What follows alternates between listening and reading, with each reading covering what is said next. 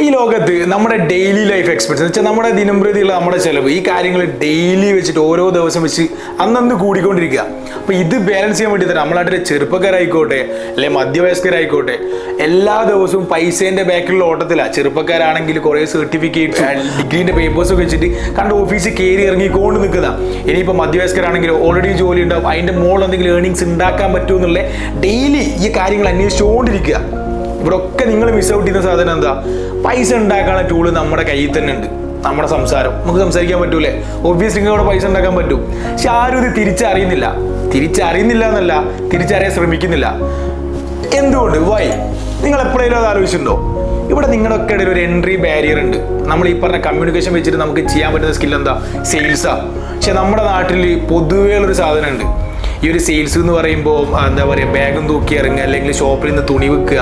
ഈ ഒരു entry barrier നിങ്ങൾക്ക് ഇപ്പം വീട്ടിലാണെങ്കിൽ പോലും സെയിൽസിലെന്ന് പറയുന്നത് നമുക്ക് കിട്ടുന്നൊരു പുച്ഛമുണ്ട്. സെയിൽസിലോ ആ ഒരു സാധനം ഇവിടെ നമ്മൾ ഹാസ്ലിഫൈ സെയിൽസിൽ സോൾവ് ചെയ്യാൻ ശ്രമിക്കുന്നത് നമ്മുടെ യൂത്തിന് അല്ലെങ്കിൽ നമ്മുടെ നാട്ടിൽ ആർക്കും ആയിക്കോട്ടെ ഈ ഒരു സെയിൽസിലോട്ട് കടക്കാൻ ഈ ഒരു എൻട്രി ബാരിയർ ബ്രേക്ക് ചെയ്യാനുള്ള പ്രോസസ്സാണ് എന്ത് ചെയ്യുന്നത് നമ്മുടെ ഹാസ്ലിഫൈയിലൂടെ നമ്മൾ സോൾവ് ചെയ്യാൻ ശ്രമിക്കുന്നത്. ഈ ഒരു എൻട്രി ബാരിയർ ബ്രേക്ക് ചെയ്യുക എന്നുള്ളത് മാത്രമല്ല, ഇവിടെ നിങ്ങൾക്ക് സെയിൽസിൽ നല്ലൊരു സ്കില്ല് സെറ്റ് ചെയ്യാനും ഒബ്വിയസ്ലി നമ്മൾ സ്കില്ല് സെറ്റ് ചെയ്യുന്നത് പിന്നെ ജോലി കിട്ടാൻ വേണ്ടിയിട്ടാണ്. നല്ലൊരു ഹൈ പേയിങ് ജോബ്. ആ ഒരു ഹൈ പേയിങ് ജോബിലോട്ട് എത്താൻ വേണ്ടിയിട്ട് നമ്മുടെ ഹാസ്ലിഫൈ നിങ്ങളെ ഹെൽപ്പ് ചെയ്യും.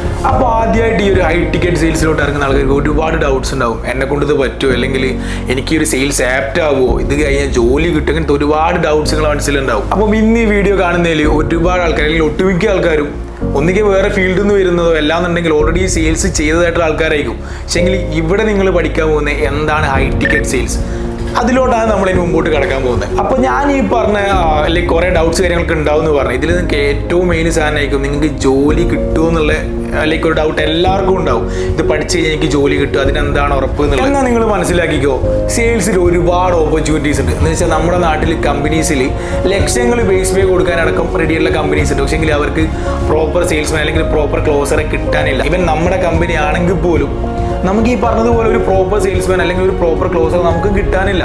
അല്ലെങ്കിൽ ഈ വീഡിയോ കാണുന്ന ആർക്കെങ്കിലും ഞാനൊരു ഹൈ ടിക്കറ്റ് ക്ലോസർ ആണ് അല്ലെങ്കിൽ എനിക്ക് കാര്യങ്ങളൊക്കെ അറിയാമെന്നൊരു തോന്നൽ നിങ്ങൾ ഡയറക്റ്റ് മെസ്സേജ് അയച്ചോ, നമ്മൾ എടുക്കാൻ റെഡിയാണ്. നമുക്ക് ആ ലെവലുള്ള ആൾക്കാരെ നമുക്ക് ഇവിടെ കിട്ടാനില്ല. അപ്പോൾ അത്രയും ഓപ്പർച്യൂണിറ്റീസ് ഉണ്ട്. സ്കില്ലുള്ള ആൾക്കാരില്ല എന്നുള്ള ഒറ്റ കുറവേ ഉള്ളൂ. ഇപ്പോൾ നിങ്ങൾക്ക് ജസ്റ്റ് ലിങ്ക്ഡിൻ, നൗക്കറി, അതേപോലെ തന്നെ ഗ്ലാസ് ഡോർ ഇതേപോലത്തെ പ്ലാറ്റ്ഫോംസ് ഒക്കെ ജസ്റ്റ് ഒന്ന് നോക്കിയാൽ മനസ്സിലാവും. അത്രത്തോളം വേക്കൻസീസ് ഉണ്ട് ഈ ഒരു ഹൈ ടിക്കറ്റ് സെല്ലിംഗ് അല്ലെങ്കിൽ സെയിൽസ് എന്നുള്ള ജോബിലോട്ട്. പക്ഷേങ്കിൽ ഇതിന് ആൾക്കാരില്ല. അപ്പോൾ ഓപ്പർച്യൂണിറ്റീസ് അല്ല പ്രശ്നം, പഠിക്കാനുള്ള നമ്മുടെ മടിയാണ് ഇവിടെ നമുക്ക് ഏറ്റവും വലിയ ഇഷ്യൂ. ഇനിയിപ്പം സെയിൽസിന്റെ ഓപ്പർച്യൂണിറ്റീസ് കാര്യങ്ങളൊക്കെ നിങ്ങൾക്ക് മനസ്സിലായി. ഇനിയിപ്പോൾ ഇത് സെയിൽസിൽ മാത്രമല്ല, നമ്മളെ ഡെയിലി ലൈഫ് നോക്കിക്കോ, അല്ലെങ്കിൽ നമ്മുടെ എന്താ പറയുക, ഞാനിപ്പോൾ എൻ്റെ കാര്യം പറയാം. ഞാനിപ്പം ഈ ഒരു കമ്പനി സ്റ്റാർട്ട് ചെയ്യുന്ന ടൈമിൽ ഇനീഷ്യൽ ഫേസ് എന്തായാലും സ്ട്രഗ്ലിംഗ് ആയിരിക്കും, നിങ്ങൾക്കും അറിയാതെ ഒരു കമ്പനിയൊക്കെ സ്റ്റാർട്ട് ചെയ്യുന്ന ടൈമിൽ. അപ്പം നമ്മുടെ ആ ഒരു ആദ്യത്തെ ഒരു 7 മാസം നമ്മൾ കംപ്ലീറ്റ്ലി സർവൈവ് ചെയ്ത് ഈ പറഞ്ഞ സെയിൽസ് എന്നുള്ള ഒറ്റ സ്കില്ല് നമ്മുടെ കയ്യിലുള്ളത് കൊണ്ടാണ്. അപ്പോൾ നമ്മുടെ ഇൻവെസ്റ്റേഴ്സിനോട് സംസാരിക്കുന്നവരാണെങ്കിൽ അല്ലെങ്കിൽ നമ്മുടെ ബിസിനസ്സിനെ പറ്റി വേറൊരാളോട് സംസാരിക്കുന്ന നേരം അത് പ്രോപ്പറായിട്ട് ആൾക്ക് കിട്ടണം എന്നുണ്ടെങ്കിൽ അവിടെ ഒരു എഫക്റ്റീവ് പിച്ച് വേണം. ഒബ്വിയസ്ലി നമ്മൾ ഈ കമ്പനീസിൻ്റെ ഫൗണ്ടേഴ്സ് എല്ലാം 4 ആളും ഹൈ ടിക്കറ്റ് ക്ലോസേഴ്സ് ആയതുകൊണ്ട് മാത്രം നമുക്ക് ഇത്രയും കാലം സർവൈവ് ചെയ്യാൻ തന്നെ പറ്റി. ഇത് കമ്പനീസ് സ്റ്റാർട്ട് ചെയ്തതിൽ മാത്രമല്ല കേട്ടോ. ഒന്ന് വേണം ഇപ്പോൾ നിങ്ങൾക്ക് എന്താ പറയുക, ഒരു ഗേൾ ഫ്രണ്ടിനെ റെഡിയാക്കണം. അത് നിങ്ങൾ യൂസ് ചെയ്യുന്ന ഒരുപാട് ടാക്ടിക്സ് ഉണ്ട്. എന്താ പറയുക, ഫ്രണ്ടിൻ്റെ ഫോണിൽ നിന്ന് മെസ്സേജ് അയപ്പിക്കുക അല്ലെങ്കിൽ മറ്റേ ഓളെ ഫ്രണ്ടിനെ കൊണ്ട് പറയിപ്പിക്കുക. ഇവിടെ ഒക്കെ നടക്കുന്ന സെയിൽസ് തന്നെയാണ്. പക്ഷേ ഇത് ടെക്നിക്കലി നമുക്ക് കുറച്ചുകൂടി നോളജ് ഉണ്ടെന്നുണ്ടെങ്കിൽ കുറച്ചുകൂടി പ്രൊഫഷണലായിട്ട് യൂസ് ചെയ്യാൻ പറ്റുന്നേ ഉള്ളൂ.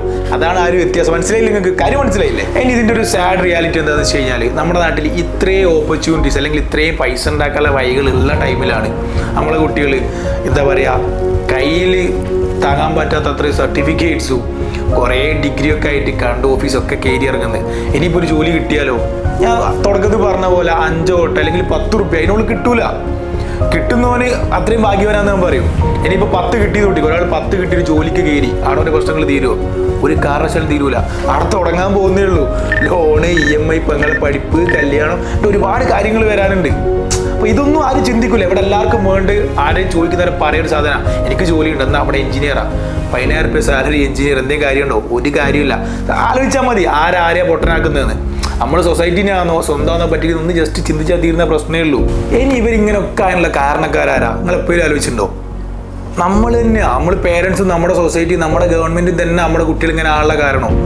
ഓൾക്ക് കോളേജിൽ നിന്ന് എന്താ പറയുക, ഈ പറഞ്ഞ പരുന്തിനെ കൊണ്ടും കാക്കേനെ കൊണ്ടും പൂച്ചേനെ കൊണ്ടും ഒട്ടകത്തിനെ കൊണ്ടൊക്കെ ഒരു കുളത്ത് കൊണ്ടിട്ടിട്ട് എല്ലാവരും നീന്തിക്കോളി എന്ന് പറഞ്ഞാൽ പറ്റൂല. പരുന്തിന് നീന്താൻ പറ്റൂല എൻ്റെ അറിവ് വെച്ചിട്ട്.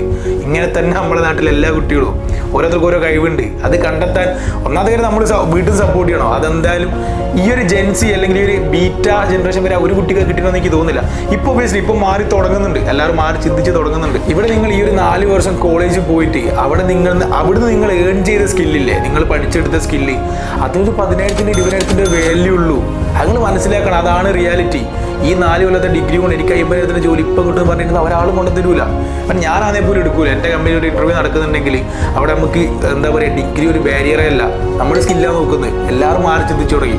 ഇവൻ എലൺ മസ്ക് പോലും പറഞ്ഞിട്ടുണ്ട്, സ്കൂളിൽ പോയ ക്വാളിഫിക്കേഷൻ പോലും വേണ്ട, ജസ്റ്റ് പണി അറിഞ്ഞാൽ മതി. നമുക്കതാ വേണ്ട, പണി അറിഞ്ഞാൽ മതി. ഇനിയിപ്പോൾ നിങ്ങൾക്കൊക്കെ ഉള്ള ഡൗട്ടായിരിക്കും എങ്ങനെ ഇതിലോട്ട് കിടക്കാന്നുള്ളത്. അതിനുള്ള ഫസ്റ്റ് സ്റ്റെപ്പ് ഞാൻ പറഞ്ഞുതരാം. അതിനുള്ള ആദ്യത്തെ സ്റ്റെപ്പാണ് നമ്മുടെ 3-day വർക്ക്ഷോപ്പ്. ആ ഒരു 3-day വർക്ക്ഷോപ്പ് അറ്റൻഡ് ചെയ്താൽ നിങ്ങൾക്ക് മനസ്സിലാവും ഈ ഒരു സെയിൽസ് നിങ്ങൾക്ക് പറ്റുമോ അല്ലെങ്കിൽ നിങ്ങളെ കൊണ്ട് ഇത് നടക്കും എന്നൊക്കെയുള്ള കാര്യം.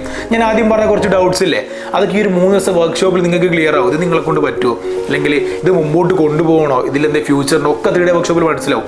പക്ഷെ അത് നിർബന്ധമായിട്ട് അറ്റൻഡ് ചെയ്തിട്ടുണ്ടാവണം. അത് അറ്റൻഡ് ചെയ്യാത്ത ഒരു കുട്ടിക്കും നമ്മളിവിടെ അഡ്മിഷൻ പോലും കൊടുക്കില്ല. ബിക്കോസ് നിങ്ങൾക്ക് ഇതുവരെ ഒരു കോളേജിൽ നിന്നും ഒരു സ്കൂളിൽ നിന്നും അല്ലെങ്കിൽ വീട്ടിൽ നിന്ന് പോലും കിട്ടാത്ത കുറേ സാധനങ്ങൾ എനിക്ക് അവിടെ നിന്ന് കിട്ടുക.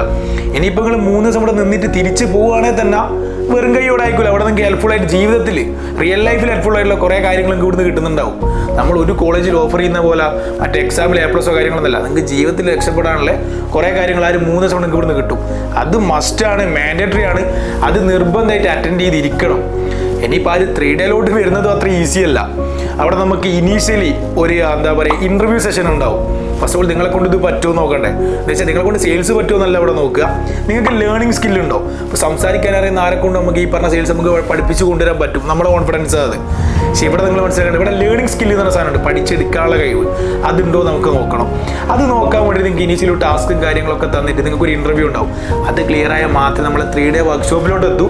അത് 3-day വർക്ക്ഷോപ്പിലെത്തി അത് കംപ്ലീറ്റ് ചെയ്താൽ മാത്രമേ നമ്മുടെ കോഴ്സിലോട്ട് പോകും.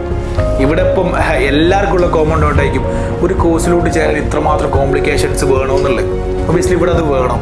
ബിക്കോസ് ഇത് വെറുതെ നിങ്ങളൊരു ഡിഗ്രി എടുക്കുന്ന പോലെയല്ല, അത് കഴിഞ്ഞിട്ട് പിന്നെ ഒരു ആഫ്റ്റർ ഒരു കോഴ്സ് എടുക്കുന്ന പോലെയല്ല. ഇവിടെ നിങ്ങളുടെ ലൈഫാണ് ചേഞ്ച് ആവുന്നത്. അപ്പോൾ അതിന് അത്രത്തോളം ഇമ്പോർട്ടൻസ് ഉണ്ട്.